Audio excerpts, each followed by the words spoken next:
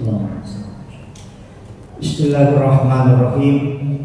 Assalamualaikum warahmatullahi wabarakatuh.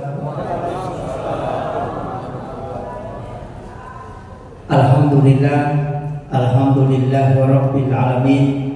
Wassalatu wassalamu ala asyrafil anbiya'i wal mursalin sayyidina wa maulana wa habibina wa syafi'ina wa ala alihi wa ashabihi wa sahabatihi ajma'in.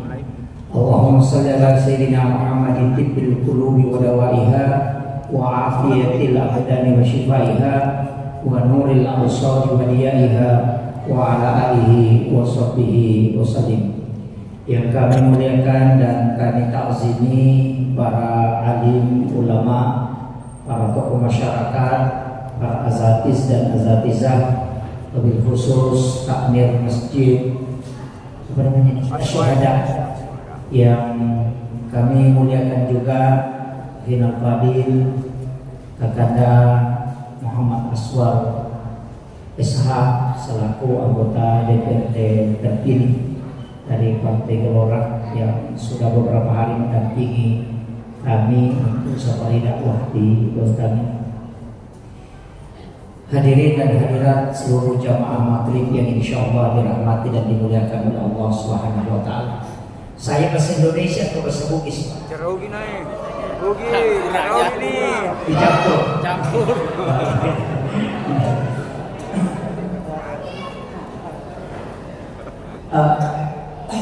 Dalam kajian agama kita sering mendapati berbagai macam pendapat dalam satu masalah, sehingga kadang-kala ada masyarakat bingung kenapa bisa pendapat berbeda padahal landasannya Al-Quran dan hadis. Kenapa ada beberapa pendapat padahal sama-sama kita berpegang ke hadis, sama-sama berpegang kepada Al-Quran. Kenapa bisa pendapatnya Imam Syafi'i beda, Imam Malik beda, sehingga amalan-amalan dalam masalah tataran hukum itu berbeda. Mulai dari tata cara sholat, kemudian syarat-syaratnya, bacaan-bacaannya, kenapa banyak yang berbeda? Ini yang biasa muncul di masyarakat, sehingga ada paham sekarang yang mencoba tidak memakai dua pendapat atau tiga, hanya mengatakan kembali kepada Al-Quran dan hadis. Jadi kita pakai Al-Quran, Sunnah Nabi, nggak usah pakai mazhab, karena ini mazhab yang bikin orang bertengkar. Biasa ada begitu, bahwa justru ulama ini yang membuat orang bertengkar. Kan ada hadis Nabi, kembali saja ke hadis. Ada Al-Quran, kembali saja ke Al-Quran. Nggak usah pakai pendapat ulama, makanya nggak usah bermazhab, cukup pakai langsung Al-Quran dan hadis. Ada yang pakai seperti itu. Apakah ini benar? Mana yang benar sebenarnya? Yang pakai mazhab atau yang langsung kembali kepada Al-Quran dan hadis? Di sini dulu permasalahannya, saya harus jelaskan lebih awal bahwa agama ini terbagi tiga. Ada kajian Islam, ada kajian iman, ada kajian ihsan. Kalau kajian Islam itu kajian hukum, disebut fikih, ulamanya disebut fuqaha. Kalau kajian iman itu tauhid, ulamanya itu disebut murabbi, ilmunya disebut teologi, mazhabnya di situ lahir Mu'tazilah, Jabariyah, Qadariyah, Sunni, Syiah dan Ahlus Sunnah. Kemudian kajian ihsan itu ulamanya disebut mursyid, mazhabnya tarekat.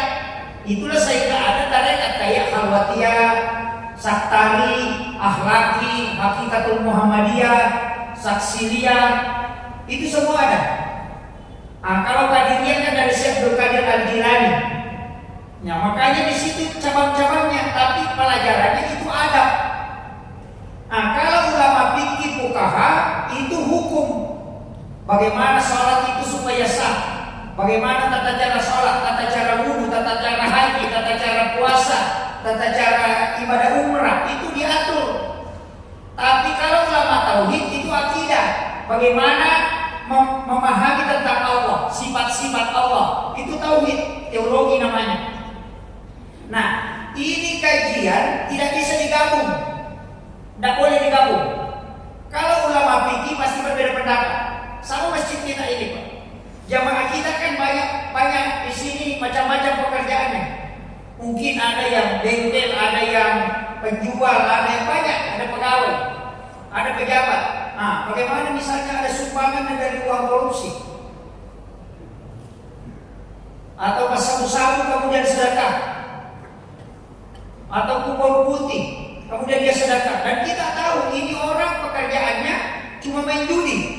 Kalau ada uangnya pasti hasil judi. Kemudian dia bersedekah di masjid, apa boleh diambil atau tidak? Gitu. Mau diambil uang haram, tidak diambil banyak. Jadi masalah itu. Memang gitu. Kalau sumbangannya yang penjual-penjual itu ya palingan 2.000, 5.000, tapi kalau pemain judi, langsung ada sedekah 5 juta. Sayang kalau tidak diambil kayaknya. Begitu. Ah, bagaimana hukumnya? Di sini lahir fikih.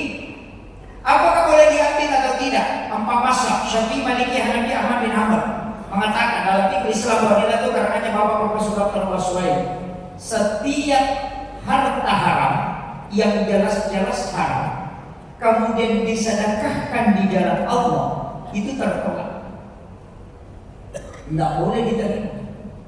Kalau pengurus masjid sudah tahu ini haram, kemudian dia terima, oh itu nanti yang dipepek kepalanya dari kamu, pengurus masjid, karena dia yang terima.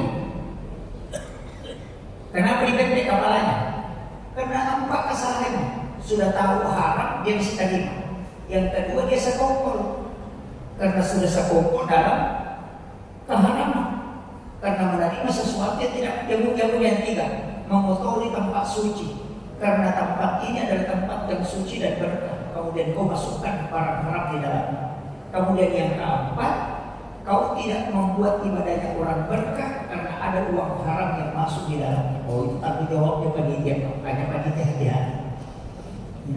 Kalau pendapatnya Imam Malik, Imam Syafi'i, Imam Abu Hanifah dan Ahmad bin Hanbal. Tapi kalau pendapatnya Profesor Dr. Syekh Sukandari dalam kompilasi hukum fikih kontemporer, itu boleh diterima.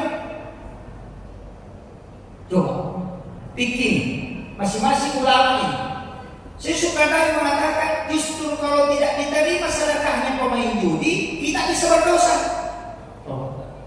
Kenapa?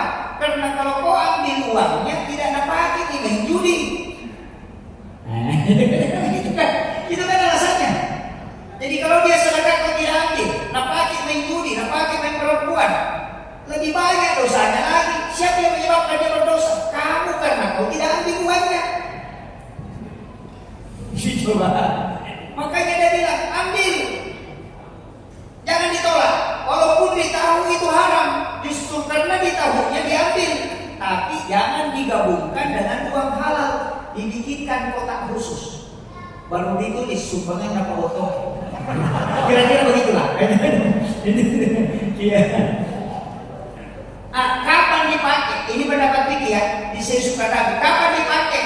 Ketika kita bangun pagar masjid, pakai di situ, karena dia tidak ditempati untuk sholat. Ketika bangun WC, pasang di situ, bikin septic tank, di situ kau pakai. Bikin menara, pasang di situ, jangan masukkan ke dalam masjid. Jadi karena dia hanya pelengkap yang tidak berkaitan dengan tempat ibadah, pagar di situ saja, di luar. Itu jadi super tahu. Saya telusuri pendapat ulama, ada satu ulama, itu Imam Al-Jazuli. Imam Al-Jazuli mengatakan kalau kau tadi sudah tahu haram, masih ada pertanggungjawabannya. Kalau mau aman, bikin kotak amal besar, simpan di dekat pintu masjid. Tidak usah tadi sumbangan langsung.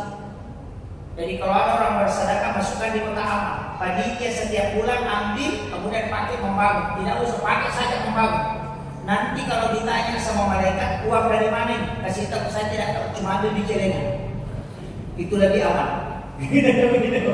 Makanya sekarang orang bikin kotak amal itu tidak lagi menerima sumbangan langsung. Biasanya dia simpan di luar, karena itu pakai fikihnya menjadi sulit. Daripada kita ditanya nanti uang halal kalau di sudah aman. Makanya banyak sekarang masjid pakai barcode, kiris namanya ya, yang dia ada itu. Mestinya masjid kita itu pasang di kota aman itu kiris supaya tinggal di scan orang kalau mau transfer. Itu memudahkan daripada dikasih masuk lagi aman itu. Nah, itu sudah dibolehkan ulama. Itu fikih Pak.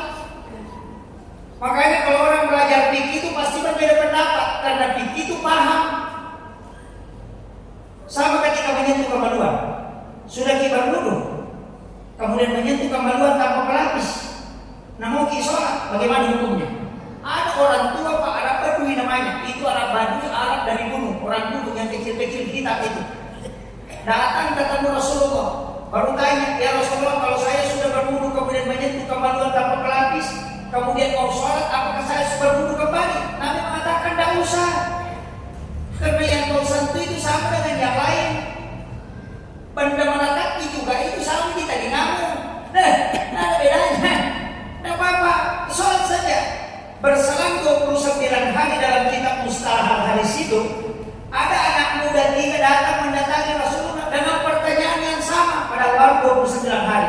Bertanya, ya Rasulullah, kalau saya sudah berwudu kemudian menyentuh kemaluan tanpa pelapis, kemudian saya mau sholat, apakah saya harus berwudu kembali? Nabi mengatakan, berwudulah kalian semua. Anda di sini padahal pertanyaannya sama, masing-masing menyentuh kemaluan tanpa pelapis, tapi satu Nabi mengatakan tidak apa-apa, satu Nabi mengatakan berwudu kalian semua. Mana yang dipakai? Ada ulama mengatakan hadis yang pertama itu dihapus dari hadis yang terbaru. Dalam ilmu hadis kita disebut nasi mansukh. Kalau di undang-undang disebut di amandemen, undang-undang lama tidak berlaku lagi karena ada undang-undang terbaru. Itu kalau istilah sekarangnya. Ada ulama pakai itu saja, dia mengatakan menyentuh kemaluan mutlak batal tanpa pelapis, mesti berwudu kembali. Itulah yang dipakai Imam Syafi'i. Imam Malik mengatakan tunggu dulu. Yang bertanya pertama orang tua, yang bertanya kedua anak muda. Nah Nabi pasti ingat, nama lupi 1 bulan. Nabi juga tidak mengatakan tidak berlaku itu yang dulu. Berarti hal ini berlaku kalau anak muda yang pegang itu batal karena ada syahwat. Kalau orang tua tidak apa-apa karena mungkin gagal gitu negara ini. Begitu. Jadi sama-sama hadisnya, tapi pendapatnya berbeda karena pengambilan istimbat hukumnya berbeda. Ini kadang orang berdebat kenapa satu hadis sama-sama hadisnya pendapatnya beda karena pengambilan kesimpulannya itu beda. Ini yang banyak orang mengatakan pokoknya ini saja yang benar, yang lain salah semua. Ini yang jadi masalah. Jadi ulama kita itu ada juga yang pakai kaidah lain. Metode al-jam'u digabungkan saja, semua diterima. Ada pakai metode nasi mansukh, ada pakai metode tariki. Imam Syafi'i kan mentariki. Dia mengatakan ini orang tua yang bertanya, kemudian sendirinya dari gunung lagi. Nah ada penyakitnya itu orang tua, tuli-tuli dan juga pelupa. Siapa tahu Nabi mengatakan batal dan tidak apa-apa. Dan tidak ada saksinya. Kalau ini anak muda kan 3, jelas pendengarannya dan ada saksinya. Maka dia mengatakan hadis yang paling kuat batal. Yang lemah tidak batal. Itu kan kuncinya. Makanya tergantung kita. Makanya dia yang pakai syahwat. Dari situ juga ketika menyentuh ke perempuan, bersentuhan kulit laki-laki perempuan. Kalau Imam Syafi'i yang penting bersentuhan tidak pakai pelapis, maka mutlak batal. Biar suami istri Pak. Biar suami istri, karena istri itu bukan muhrim. Biasanya ada orang kata suci didampingi oleh suaminya, baru dia katakan muhrim. Kalau Syafi'i itu istri itu bukan muhrim, bukan mahram. Karena mahram itu 2 syaratnya, tidak boleh dinikahi dan tidak boleh digauli. Makanya mahram itu kan saudara, mahram itu anak, mahram itu adalah ibu. Karena itu tidak boleh dinikahi dan tidak boleh digauli. Nah istri dinikahi dan digauli itu, makanya bukan mahram itu. Makanya dia katakan istri itu adalah hak utama, hak pakai. Cuma kasar ya. Istri itu bukan hak milik, hak pakai. Kenapa dikatakan hak pakai? Karena dia yang dibeli, dibayar dengan mahar. Makanya wanita tidak bisa menjatuhkan talak karena dia yang dibayar. Dia wanita lompat 100 kali dan kau tidak berlaku. Kalau dia tidak ke pengadilan tidak bisa berlaku. Dia cungkir balik di tangga bilang saya talak, pokoknya tidak bisa berlaku. Tapi suami satu kali ngomong itu bisa berlaku. Itu agama Pak, karena dia yang dihibah. Mahar itu harganya. Cuma kita biasanya di sini mungkin di kota juga berlaku Pak ya. Mahar seperangkat alat sholat, biasa begitu. Bilang seperangkat, tidak bilang satu setel pakaian sholat. Keliru juga itu pas seperangkat alat sholat. Mestinya tanpa wudhu itu dengan manana juga ikut. Seperangkat alat sholat itu kan ikut semua, masjidnya, musholanya, tanpa wudhunya, manananya, tawali itu semua itu karena seperangkat. Mestinya satu setel pakaian sholat. Ini bahasa Indonesia ya Pak, masih murni bukan besar. Iya, makanya saya sering kasih tahu itu kabar tahu apa ya. Jangan bilang seperangkat alat sholat, bilang saja satu setel pakaian sholat. Murah sekali itu harganya, wanita Pak, masa dihargai dengan pakaian sholat. Mestinya mahal itu emas, kasih mahal-mahal, kasih 30 gram, baru satu setel berlian. Enggak itu. Nanti uang belanjanya 10 juta. Jangan kasih mahal. Tapi terbalik tuh, uang belanja 100 juta maharnya sandal jepit. Ada itu kemana di TV itu? Menikah dengan mahar sandal jepit. Saya bilang ini juga perempuan tidak. Ini di masalah tapi tidak ada di botak. Nah ya. Kuncinya di situ. Makanya Imam Syafi'i itu mengatakan sentuhan suami istri tanpa pelapis itu batal wudu. Sentuhan perempuan tanpa pelapis batal wudu, kecuali yang mahram kan. Ini pendapat cocok dipakai di bontang. Kenapa? Tempat wudunya laki-laki dengan perempuan bisa. Pintu masuk masjid laki-laki perempuan juga bisa. Sapnya juga ada pembatasnya, tidak campur-campur. Makanya cocok. Tapi coba bawa ke Mekah. Baru mau tawaf tak perakan perempuan masuk lagi berwudu. Keluar dari tempat wudu ketemu lagi perempuan tak perakan kembali lagi berwudu. Kalau itu yang dibawa insya Allah tidak haji. Cuma pergi tanah suci berwudu baru pulang. Nah haji itu. Iya. Tidak bisa.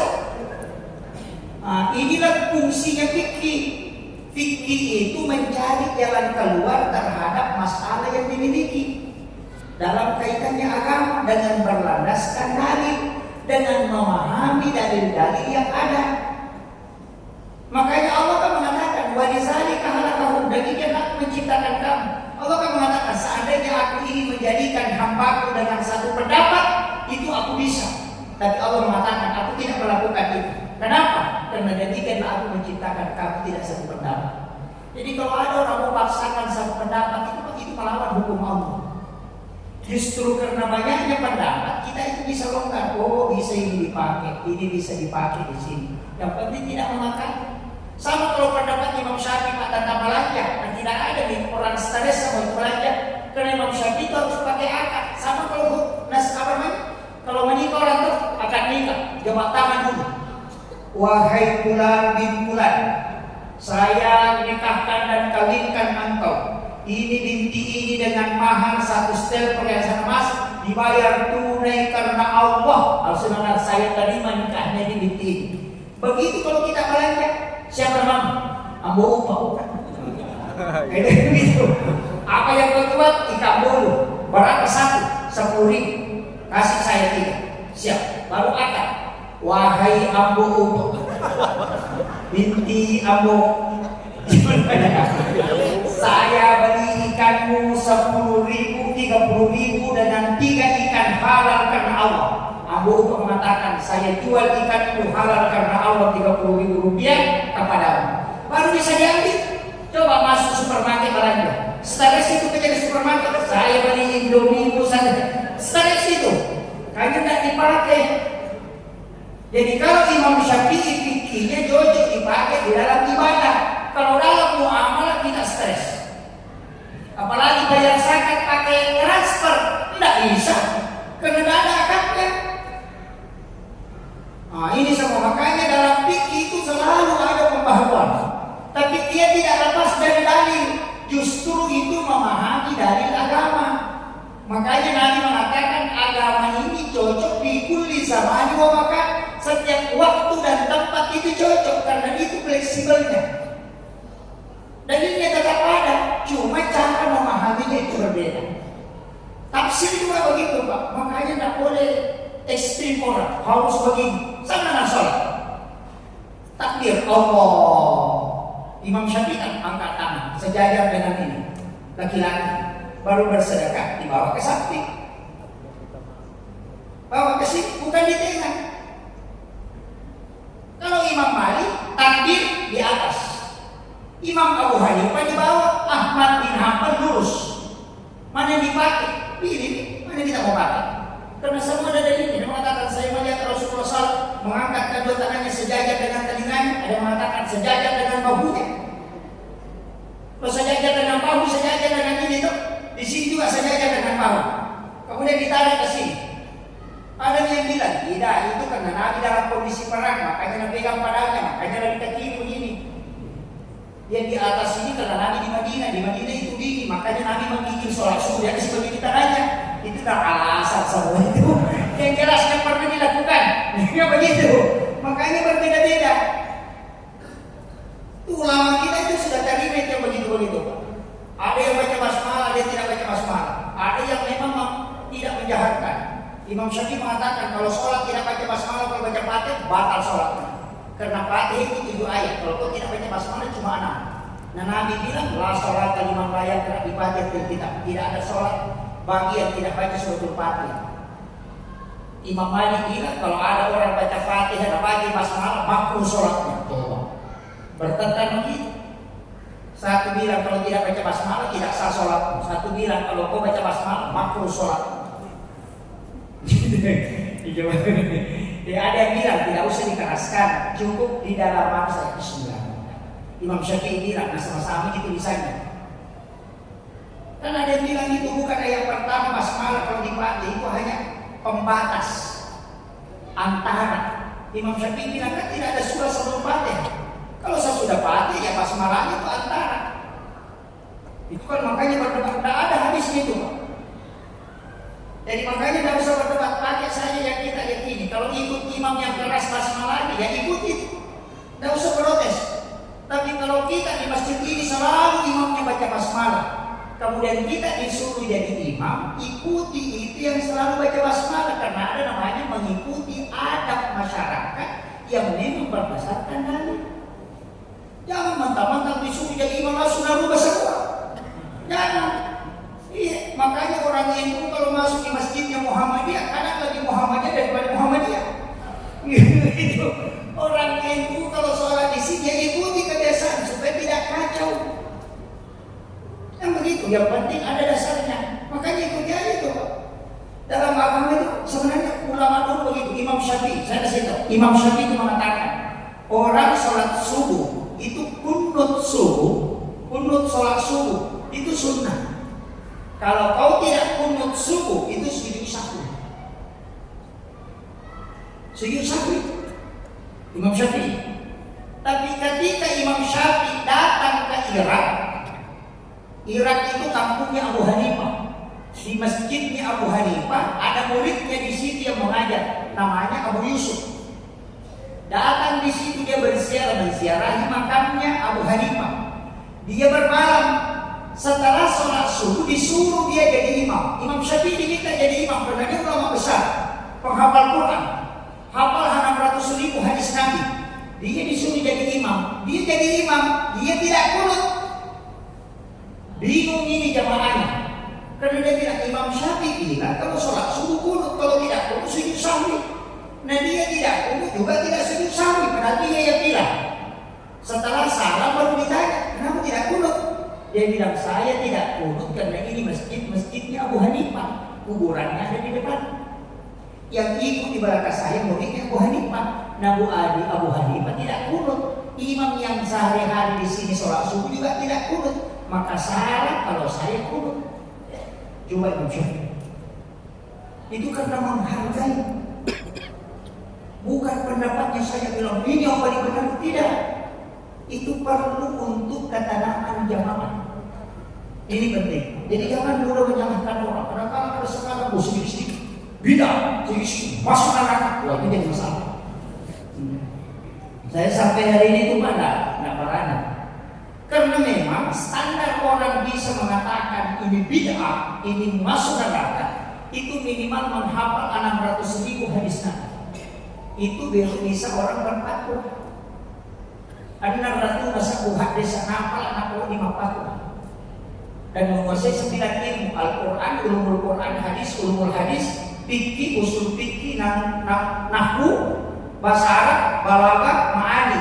Itu dia harus kuasai. 9 ilmu itu harus dia kuasai. Kalau dia sudah kuasai baru bisa berfatwa. Kalau dia tidak, oh jangan. Apalagi kalau cuma 3 hadis hafal, oh jangan sekali-kali. Imam Bukhari ulama hadis.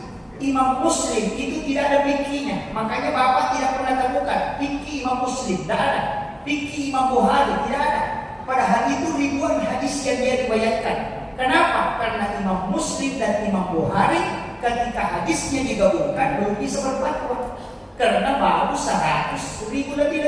Nah 600.000 hadis ditahu baru bisa. Makanya Imam Bukhari, Imam Muslim, fikihnya fikih Syafi'i. Jadi sholatnya itu mengikuti mazhab Syafi'i.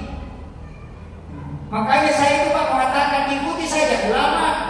Tata cara sholat yang diajarkan ulama ikuti itu karena dia sudah berdasarkan hadis. Karena dia lakukan itu berdasarkan hadis. Ikuti itu. Tidak usah ditanya di mana dalilnya. Bukan urusanmu. Yang tanya dalil itu ulama. Bukan kita yang mengamalkan. Sekarang kan banyak itu muncul mana dalilnya, sahih atau tidak, di kitab mana, nomor hadisnya berapa. Sekalinya tidak dikasih tahu, tidak tahu juga. Kalau bengkel pekerjaan, tak ikuti saja amaliyahnya ulama yang dia sudah amalkan karena itu berdasarkan hadis yang ada. Cuma mungkin kita belum temukan. Sama nih kalau kau pergi ke warung, Pak, tidak usah tanyakan sama tukang masaknya. Apa bumbunya? Dari mana garamnya? Dari mana lomboknya? Ayam apa kau pakai? Tidak usah makan saya. Sudah dimasak. Sekarang kan orang begitu. Kita cara setengah mati. Dari mana kitabnya? Mana dalilnya? Sahih atau tidak?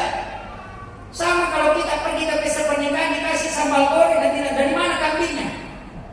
Apa bumbunya? Dari mana? Makan nih sudah dibikin. Iya, karena tugasnya cuma makan. Yang memikirkan bagaimana meramuhnya itu tukang masaknya. Dan tukang masak dalam agama itu ahli fikih disebut fuqaha. Kita masyarakat amalkan, makanya disebut ikuti ulama. Makanya Nabi katakan al ulama warasatul anbiya. Ulama itu pewarisnya para nabi. Itu aja, nggak usah banyak curiga Pak. Ini begini, nggak usah. Amalkan saja. Dan berapa masuk di sini? Sudah masuk? Belum. Berapa menit lagi? Oh, silakan.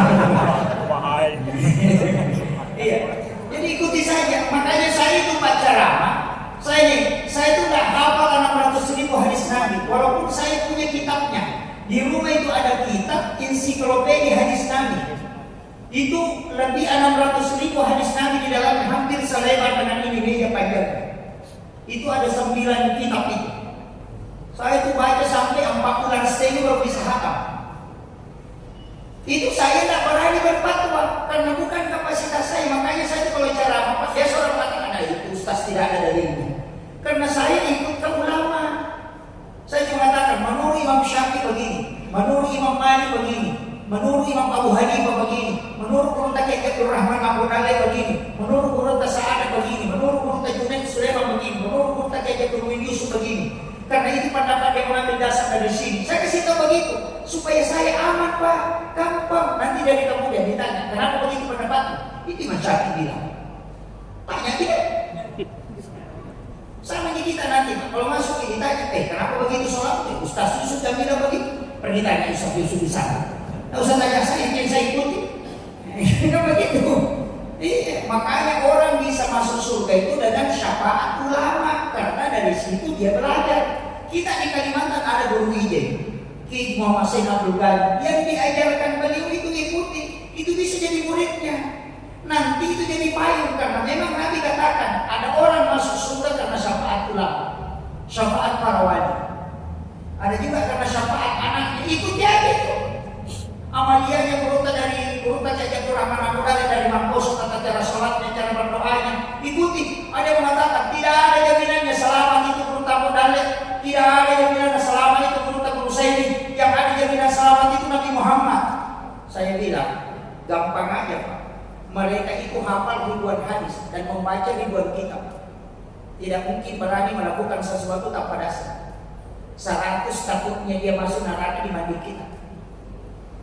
Kemudian yang kedua, saya selalu bilang, orang yang selalu menyalahkan maulid, menyalahkan warasanji, menyalahkan hibah, menyalahkan ini, doa bersama, semua disalahkan. Saya bilang itu guru, tak selalu doa bersama. Itu guru tak baca doa. Itu guru tak baca warasanji. Itu guru tak maulid. Keliling cara Israel. Tapi seandainya itu bid'ah yang dia lakukan, tidak mungkin dia jadi wali. Kenapa dia jadi wali? Dia baca warasanji. Padahal seandainya bid'ah Pak, masuk neraka itu. Tapi kenapa jadi wali? Berarti apa yang dilakukan itu disukai oleh Allah, karena wali itu kekasih Allah. Amalannya tidak ditolak. Kenapa? Karena dia diwali. Itu karamanya bukti. Beberapa karamanya berupa Jajatul Rahman Abu Dhabi naik perahu dari Batu itu ke Manado. Itu kapal kayu tabrak kayu sampai bocor. Itu sumpahnya saja tarik baru nadi depan turun, berhenti air masuk. Nanti sadar kapal baru diambil sumpahnya, itu sumpah tidak pasang, air baru masuk. Ada sumur itu yang kedua airnya di wajah, itu di siwa di Jabal Heret di belakang sampingnya itu. Saya datang di sumurnya itu masih ada, cuma tutup orang. Itu kalau airnya, karena di situ dekat laut dan kuning. Guru tak cuma mendahi langsung keluar. Akhirnya menjadi jernih dan itu orang akhir terus. Itu karamanya berhutang. Bisa khutbah di dua tempat, karena muridnya tahu kan, khutbah di Pangkal, khutbah juga di Pindrang. Sekalinya pulang santrinya ke pesantren, bilang fokusnya khutbahnya khutbah di Pindrang, dan jago bohong, tak sama kakak di Pangkal. Nah bilang, di Pindrang ditanya, nah saya enggak, kali sananya nah saya antar di Pangkal. Sekalinya menghadap sama guru, tanya, nah bilang kita kakaknya khutbah di Pindrang, nah sama kita aja di Pangkal. Apa yang bilang guru tanya, jangan berdebatnya. Kalau kau lihat kamu ke saya itu harus berdebat. Itu bisa berada di dua tempat dalam satu waktu. Guru saya ini kan juga begitu. Itu semua mengajarkan doa bersama, mengajarkan warasanji, mengajarkan maulid, mengajarkan hibah. Seandainya itu bid'ah, pasti mereka tidak bisa menjadi wali. Nah mereka jadi wali. Tapi coba balik pertanyaannya. Semua yang mengharapkan itu akan masuk neraka, ada keulamaan yang jadi wali? Tidak ada. Mari kita mengikuti. Silakan. Saya itu cuma mengatakan, nah bukti itu lama. Itu sederhana aja itu Pak. Saya mengatakan saya lebih pilih yang jelas-jelas sudah jadi wali daripada yang belum jelas ini. Kayak saya katakan gampang aja gitu. Jadi Bapak ini tidak usah pusing. Kalau ditanya mana dalilnya, saya pakai ulama itu dulu, itu saja, tanya dia. Saya itu. Ini kan begitu. Jadi saya itu tidak terlalu banyak. Walaupun saya membaca hadis, karena kapan saya mengatakan menurut saya, lama masuk surga itu ditahan sama mereka, dia tinggal betul. Ini pikiran dulu yang bilang begitu. Bertanggung jawab. Ini kan begitu. Sama di Pak Camat, kalau melapor sama Pak Wali Kota, semua sambutannya sesuai arahannya Pak Wali Kota. Kalau ada masyarakat protes, langsungnya bilang, tanya Pak Wali Kota. Jangan salahkan saya. Tidak selesai kok. Tapi kalau Pak Camat mau ngambil kebijakan, dia juga disesaran. Oh ini Pak Camat yang macam-macam. Begitu. Agama juga begitu. Makanya agama ini punya sanad. Sanad itu punya rentetan. Tidak bisa kita yang menerjemahkan, tidak bisa. Harus ulama yang punya kapasitas. Sama dengan dokter. Tidak bisa perawat yang mengatakan, jantung ini, jangan. Tidak bisa. Agama itu ada yang punya hak untuk mentafsirkan. Ahli tafsir, ahli fikih itu bukan hak. Lain lagi kalau tasawuf, tambah rumit lagi. Tasawuf itu akhlak. Kalau akhlak itu tak tinggi standarnya. Termasuk kalau mau sholat. Nah itu di baju tak pakai, pergi WC itu tak pakai, mandi itu tak pakai, tidur itu dipakai, sholat. Saya bilang bagaimana bisa khusus sholat pun itu tuh pakai, pergi WC itu pakai sholat. Kalau ulama tasawuf, dia bilang kalau ada baju malu kau pakai, katamu sama Pak Wali Kota, mestinya lebih malu kau pakai, katamu dengan Allah. Kan begitu. Sama dengan kalau singgah mau makan di warung, Pak, singgah di warung, bayar dulu, jangan makan. Bayar dulu. Sudah kau bayar baru kau makan. Karena kalau kau makan dulu baru bayar. Sama kalau kau ambil makannya orang sudah minum makan baru minta. Kan begitu. Itu kalau tasawuf. Jadi susah kalau kita standar-standar agama ini kan banyak. Ada ilmu hikmah, banyak juga itu. Saya pelajari 6 cabang ilmu itu saya stres besar. Sampai rambut saya itu pernah berguguran. Belajar tasawuf, belajar hikmah, belajar fikih, ternyata berat. Itu hikmah juga yang bikin stres, Pak. Tapi bagus juga, itu udah pakai orang boleh banyak itu. Orang sidrak juga pakai banyak itu. Dia bilang pamali. Itu biasa gitu. Pamali begini, pamali begini, pamali itu pamali itu ilmu hikmah. Kalau kau lakukan tidak berdosa, tapi mempengaruhi kehidupanmu, termasuk rezeki. Kan itu, ada semua dalilnya itu. Coba kita buka kitab Imam Sabuni dalam kitab Ta'lim Ta'lim. Ada. Atau Syekh Abdul Hamid Al-Qudsi dalam kitab Kanzun Najwa Syurur. Banyak di situ. Itu dijelaskan para ulama. Tidak boleh menjadikan pakaian sebagai lap. Biasanya begitu. Kita pakai baju, diambil baju baru dilapkan keringat. Atau HP kamu kameranya ditarik baju baru dilapkan begini. Itu menolak rezeki 40 hari. Itu tidak boleh. Menyapu di rumah di malam hari itu membuat malaikat rahmat itu keluar. Membiarkan tempat air tidak terisi itu membuat rezeki itu tersendat. Membuka pintu di waktu maghrib itu membuat jin masuk ke dalam rumah. Pakaian yang digantung di luar rumah itu tidak dimasukkan dia sehingga bermalam itu ditempati jin. Dari situ biasa orang sakit dadanya kemudian meninggal, itu jin pakaian. Anak-anak tidak disuruh masuk ke dalam rumah supaya tidak kena penyakit lain-lain. Kalau mau tenggelam matahari karena di situ tanduk syaitan. Jin keluar untuk menyembah matahari. Nah anak-anak kita kalau mau tenggelam matahari justru keluar selfie, sunset. Setan di situ kan. Coba terbalik semua. Makanya ibu-ibu ini banyak pantangan itu. Banyak sekali. Tidak boleh menyapu di malam hari. Kalau menyapu sapu ke dalam, jangan sapu keluar. Kalau masuk ke dalam rumah bukan ayat. Dalam Quran surah An-Faisah hal tubuyutakum fasallimu alaihi ketika engkau masuk ke dalam rumah, salami dirimu. Jangan bilang assalamualaikum saja. Bilang assalamualaikum warahmatullahi wabarakatuh. Baru baca assalamu alaina wa ala ibadillahis sholihin. Itu yang dibaca kalau masuk rumah. Baru kita baca surah Al-Ikhlas supaya rumah yang orang tinggal di rumah itu tidak akan pakai selamanya. Anak-anak kita tidak akan pakai. Itu doanya. Kadang kita cuma masuk itu tidak bilang assalamualaikum warahmatullahi wabarakatuh, saja assalamualaikum. Ada yang lagi marah cuma bilang apa itu? Ini kan jadi masalah ini. Kadang kita tahu kan saya bilang masalahnya memang anak belakangan ini. Ini makanya saya wasiatkan hati-hati. Itu dalam agama itu kan begitu, Pak. Dalam agama ini kita betul-betul dituntut. Makanya di rumah itu ada beberapa larangan. Tempati rumah untuk sholat, tempati baca Al-Quran, nawi rubuyu takut pikiran Al-Quran wassalam. Itu kan perintah Nabi itu. Terangi rumahmu dengan bacaan Al-Quran dan sholat. Ada yang memahami terangi rumah bacaan Al-Quran, dia pasang kaligrafi, didempel semua kaligrafi. Padahal dia tidak bisa baca. Dempel aja itu. Iya. Tapi tidak masalah juga. Ada itu. Ada beberapa. Jadi makanya kalau setiap masuk ke rumah jangan salam. Berdoa. Kalau makan, Nabi mengatakan makanlah bersama, makan berjamaah. Maksudnya makan berjamaah, jamaah tabligh mengatakan makan berjamaah itu satu piring, satu baki, satu nampak, 7 orang. Ada mengatakan tidak, yang dimaksud makan bersama kumpul dengan anak-anak. Baru kita makan. Kalau di satu nampak itu namanya makan berkelompok. Itu begitu, iya kan? Jadi macam-macam. Tapi kalau saya tidak salahkan, Nabi itu kan dengan sahabat makan satu nampan. Apa makanannya? Ya roti sama kurma. Kalau kurma satu baki, biar 10 orang bisa. Kok kayu lauk? Coba dikali.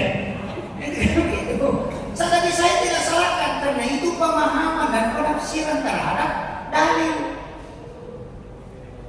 Itu tidak masalah. Jadi seakan-akan Allah itu Pak cuma bilang begini, 10 itu berapa? Imam Syafi'i bilang kalau 10 5 tambah 5. Imam Malik bilang kalau 10 8 tambah 2. Datang Abu Hanifah tidak, kalau 10 7 tambah 3. Semuanya cuma jalannya yang beda, tujuannya satu. Itu aja kalau saya. Makanya agama ini kayak masuk warung. Jadi semua pendapat ulama ini silakan Pak pelajari. Jangan satu pendapat saja. Sama kalau masuk di warung kok ada bebek, ada ayam, ada sayur, ada tempe, ada tahu, ada ikan kering, ada ikan masak. Silakan pilih. Yang penting sudah dihidangkan. Orang mau ambil tempe baru dia makan silakan. Tapi kalau kau makan tempe jangan salahkan yang makan ikan. Artinya kalau kau pakai pendapatnya Imam Tasyafi jangan salahkan yang Imam Malik. Yang takbirnya naik begini jangan salahkan. Yang salah itu kalau dia pakai semua Allah. Ah itu yang salah. Yang penting pakai satu, tidak usah diurus. Ada jemaah saya itu dari Kendari Pak. Saya bilang Ustaz, berdosa orang kalau tidak ke masjid sholat berjamaah. Saya bilang jauh ke rumah, dia bilang dekat sekali. Maka bagaimana dekatnya? Dia bilang kalau jatuh tak di rumah, di masjid tak sampai. Tidak dekat betul itu. Dia bilang tanahku ambil orang jadi masjid. Saya bilang air berdosa, kita bilang air kayaknya berdosa kapal setelah ke masjid kan. Bilang kenapa? Dia bilang ada lagi baru masuk. Itu gali kaki kalau berdekatan. Selalu itu kakinya begini-begini. Kalau sholat kita berdiri terlalu goyang kakinya itu kasih rapat, baru sedikit-sedikit kita kasih rapat. Geli kalau ditarik kaki jangan lagi itu begini. Kenapa ada orang sholat selalu kaki dilurus? Bilang kalau ada memang pendapat begitu Pak. Karena Nabi ketika mengatakan seluruh suku pakumpaina tasbih tasukubi minta mami sholat, luruskan dan rapatkan sah demi kesempurnaan sholat berjamaah. Ada sahabat yang merapatkan bahu sekaligus kaki. Ada juga sahabat cuma bahunya. Itu tak masalah. Kalau begitu Pak tinggal di pinggir tembok. Baru kok dia tidak dekat bila jangan istirahat kaki. Dan bilang oh ya ada diskusinya Ustaz. Dan bilang tapi masih ada satu. Bilang apa? Dan bilang itu kalau mata di rumah syahadat goyang-goyang begini. Itu pengganggu itu. Akan asal lupa-lupa apa pengganggu maka oh kalau itu bukan dia yang salah, kita yang salah. Bilang kenapa? Saya bilang Rasulullah bilang kalau kau sholat lihat tempat sujudmu, kalau kau syahadat lihat telunjukmu, bukan telunjuk orang disuruh melihat. Maka aku yang lewat. Saya bilang kau yang salah, kau salahkan orang. Makanya dalam agama itu kan begitu Pak. Kadang kita yang salah disalahkan orang. Ada santri saya itu sholat sama-sama, satu anak sanawiyah, satu anak aliyah. Saya itu duduk memperhatikan. Dia itu sholat sama-sama tapi agak berdekatan.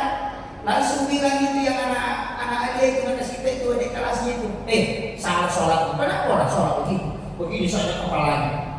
Baru lagi duduk turun tangannya di depan gitu. Salah itu sholat. Kenapa orang sholat begitu? Langsung bilang itu yang anak sanawiyah. Nah sama-sama ini tadi kayaknya sholat ini. Dan bilang, iya, kau yang salah, masa kau sholat baru lihat saya?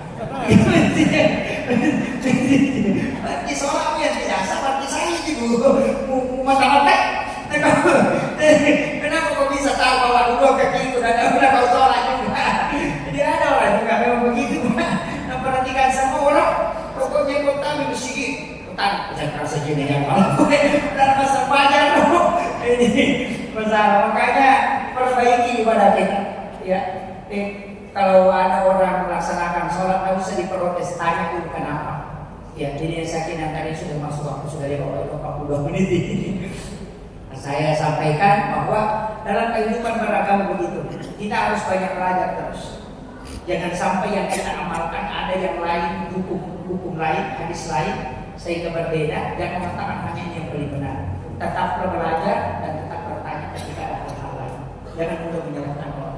Karena boleh jadi orang yang kita salahkan lebih paham daripada kita yang ini. Saya juga berceramah begitu Pak. Kalau kita dengarkan ceramah, jangan pakai saja pendapat saya, dengarkan ustaz yang lain, dengarkan.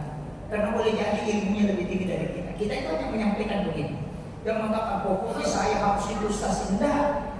Sejak kapan kita masuk itu tidak pernah yang maksud itu cuma Rasulullah. Semua orang punya potensi ada kesalahan dan ada kekurangan. Itu aja kuncinya. Silakan belajar terus. Jangan takut, jangan pernah bosan untuk belajar. Ikuti semua pengajian. Ada juga orang itu kalau bukan ustaznya lalu pergi. Tidak mau dengarkan ceramah. Tapi kalau ustaznya tinggal, suruh tinggal semua itu ada. Tapi di kampung saya kalau di sini ya. Ayo kan, Allahumma bikin apa. Assalamualaikum warahmatullahi wabarakatuh.